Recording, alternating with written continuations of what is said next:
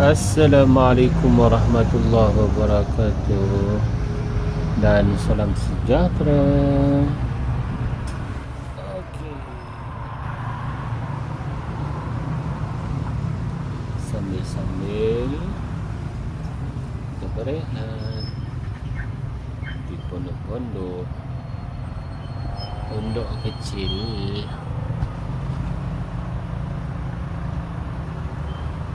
Kita tunggu puan isteri siap sampai di kereta jalan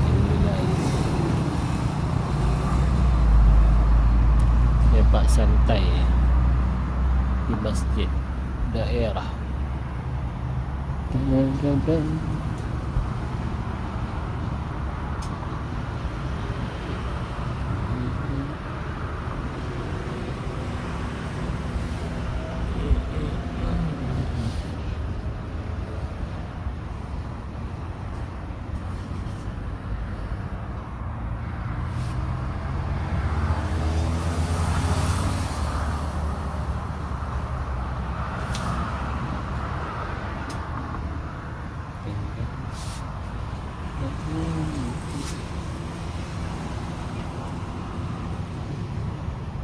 Apa khabar semua?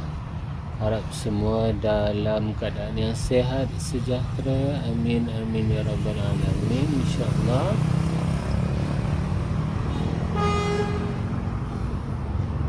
Nurul Hidayah Masjid Daerah Banjul. Ya, sekarang di Masjid Nurul Hidayah ya. Loading dia.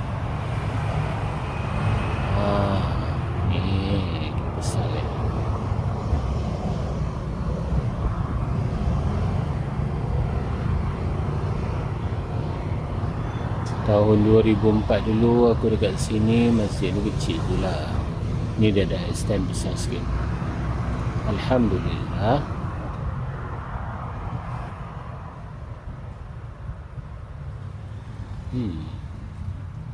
Ada income.